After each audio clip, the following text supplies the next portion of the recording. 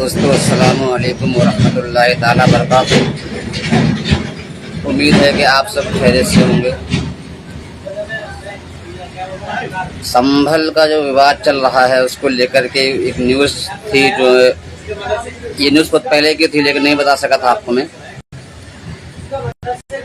All India मजलिस Ittehadul Muslimeen AIMIM के अध्यक्ष Alhaj barrister Asaduddin Owaisi साहब ने सुप्रीम कोर्ट में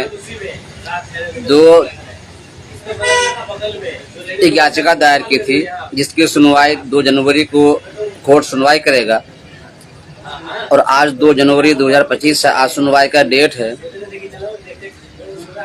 दरअसल पूरा मामला क्या है कि और ओवैसी साहब ने कब क्या किया था, पूरी जानकारी विस्तार से बताएंगे आपको। लोग बार बार कह रहे थे कि ओवैसी साहब कोर्ट क्यों नहीं जा रहे हैं इतने बड़े वरिष्ठ होने के बाद, तो वो कोर्ट जाते हैं लेकिन बताते नहीं हैं अवाम को। आपको बता दें कि ओवैसी साहब ने 17 दिसंबर को याचिका दाखिल की थी सुप्रीम कोर्ट में इस विवाद को लेकर के, और याचिका में ओवैसी साहब ने देश में पॉलिसीज ऑफ वर्शिप एक्ट को लेकर के जो कानून है उस कानून को लागू करने की मांग की थी सुप्रीम कोर्ट से। ओवैसी साहब ने एक वकील हायर किया है, उस वकील का नाम है फुजैल अहमद अय्यूबी। उनके माध्यम से 17 दिसंबर 2024 को सुप्रीम कोर्ट में याचिका दाखिल की गई थी। ओवैसी साहब ने अपनी याचिका में केंद्र सरकार को कानून को प्रभावी ढंग से लागू करने का निर्देश देने की मांग की है सुप्रीम कोर्ट से।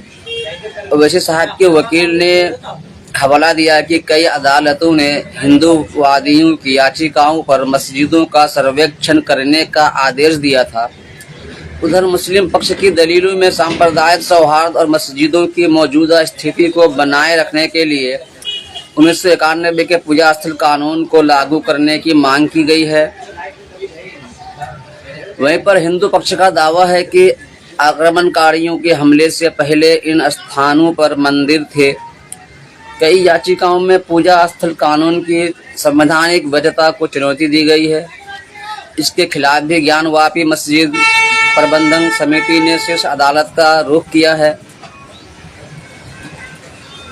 समिति ने मथुरा में शाही ईदगाह मस्जिद, दिल्ली के कुतुब मीनार के पास कुव्वत अल इस्लाम मस्जिद, मध्य प्रदेश में कमाल मौला मस्जिद समेत अन्य दरगाहों से जुड़े दावों को सूचीबद्ध किया है। हिंदू समिति का कहना है कि कानून को चुनौती देने वाली याचिकाएं इन धार्मिक स्थलों के खिलाफ मुकदमों को सुविधाजनक बनाने की शरारती इरादे से दाखिल की गई है।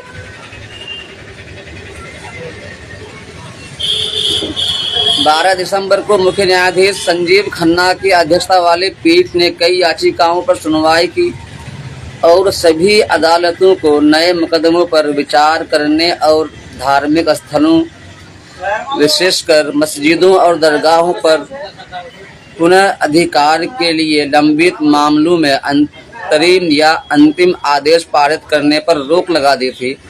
सुनवाई के दौरान पीठ ने कहा था कि क्योंकि मामला इस अदालत में विचाराधीन है, इसलिए हम ये समझते हैं कि कोई नया मुकदमा दर्ज न किया जाए, ये सुप्रीम कोर्ट ने कहा था।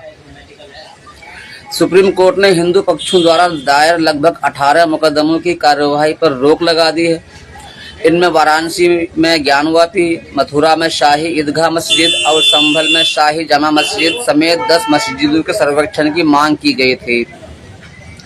विशेष पीठ में न्यायमूर्ति संजय कुमार और न्यायमूर्ति KV विश्वनाथन भी शामिल थे। पीठ ने 6 याचिकाओं पर सुनवाई की।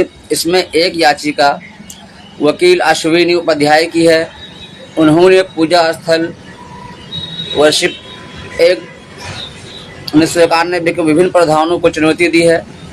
उनका तर्क है कि कानून के प्रावधान किसी व्यक्ति या धार्मिक समूह के पूजा स्थल को पुनः प्राप्त करने के लिए न्यायिक उपचार के अधिकार को छीन लेते हैं।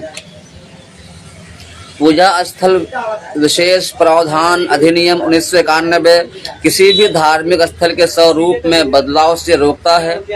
कानून के तहत कोई भी पूजा स्थल, चाहे मस्जिद हो, मंदिर हो, दरगाह हो, चर्च हो, गुरुद्वारा, कुछ भी हो, 15 अगस्त 1947 के समय जैसा था वैसा रहेगा। ये कानून है हिंदुस्तान में। असदुद्दीन ओवैसी साहब ने उत्तर प्रदेश सरकार पर हमला बोला। उन्होंने पूछा कि क्या प्रधानमंत्री नरेंद्र मोदी कुवैत के नेताओं को संभल में मस्जिद के पास वक्फ की जमीन पर बनाई जा रही पुलिस चौकी दिखा सकते हैं? ये ओवैसी साहब ने सवाल किया है आरएसएस, बजरंग दल, वीएचपी और भाजपा सरकार से। आगे ओवैसी साहब कहते हैं और आरोप लगाते हैं भाजपा पर कि संभल में जामा मस्जिद के पास पुलिस चौकी का निर्माण वक्फ की जमीन पर किया जा रहा है।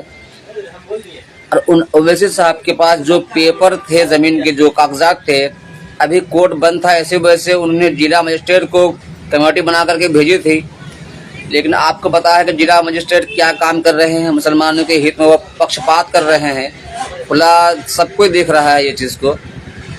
इसी को देखते हुए, इसी का सुप्रीम कोर्ट के बंद होने का फायदा उठाते हुए जिला मजिस्ट्रेट ने इस आरोप को खारिज कर दिया था।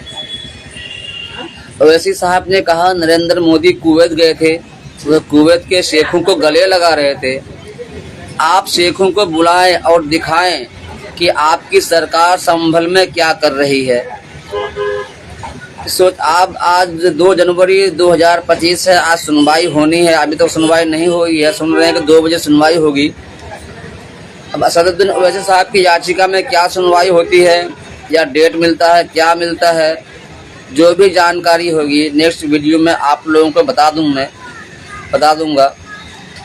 आप लोग भी नज़र बनाए रखें, इसलिए कि देश का जो हालात है अभी, जिस तरह से एक तबका को टारगेट किया जा रहा है हर तरीके से, अदालतें भी उनके पास, सरकार भी उनके पास, कभी सुने ही नहीं होंगे कि 2 बजे याचिका होती है, 2:30 बजे सर्वे होता है। ऐसा हाल बना रहा तो मैं दावा ठोक दूंगा कि हमारे यहाँ कहीं बड़ी बड़ी नदियां हैं, वहाँ पर पहले मंदिर थी। सर्वे करेंगे, खुदाई करेंगे तो ढेरियों मूर्तियाँ मिल जाएंगी वहाँ पर। तो क्या इस तरह से होने से देश आगे बढ़ेगा? बाकी दुनिया कहाँ से कहाँ पहुँच रही है, लेकिन हमारा देश खुदाई में भगवान खोज रहे हैं। ताज्जुब वाली बात है। और सरकार इसमें सहयोग कर रहा है। इससे कितनी बदनामी पूरे वर्ल्ड में हिंदुस्तान की हो रही है, सरकार को नहीं पता। और ख़ास करके भाजपा वाले लोग जो है, आरएसएस के मानसिकता वाले लोग हैं, वो तो संविधान विरोधी शुरू से ही रहे। 50 साल तक उन्होंने झंडा तिरंगा नहीं फहराया,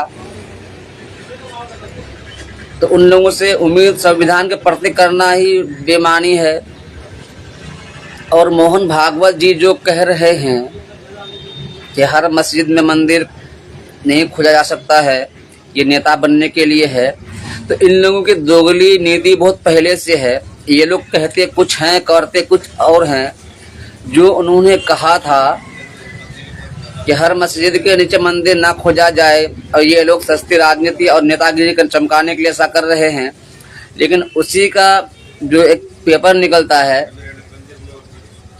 आरएसएस के ऑफिस से, ये कहती है जुबान से कुछ और है, किताब में छापते कुछ और है। तो इन लोगों की दोगली राजनीति है, कोर्ट को भी समझना होगा।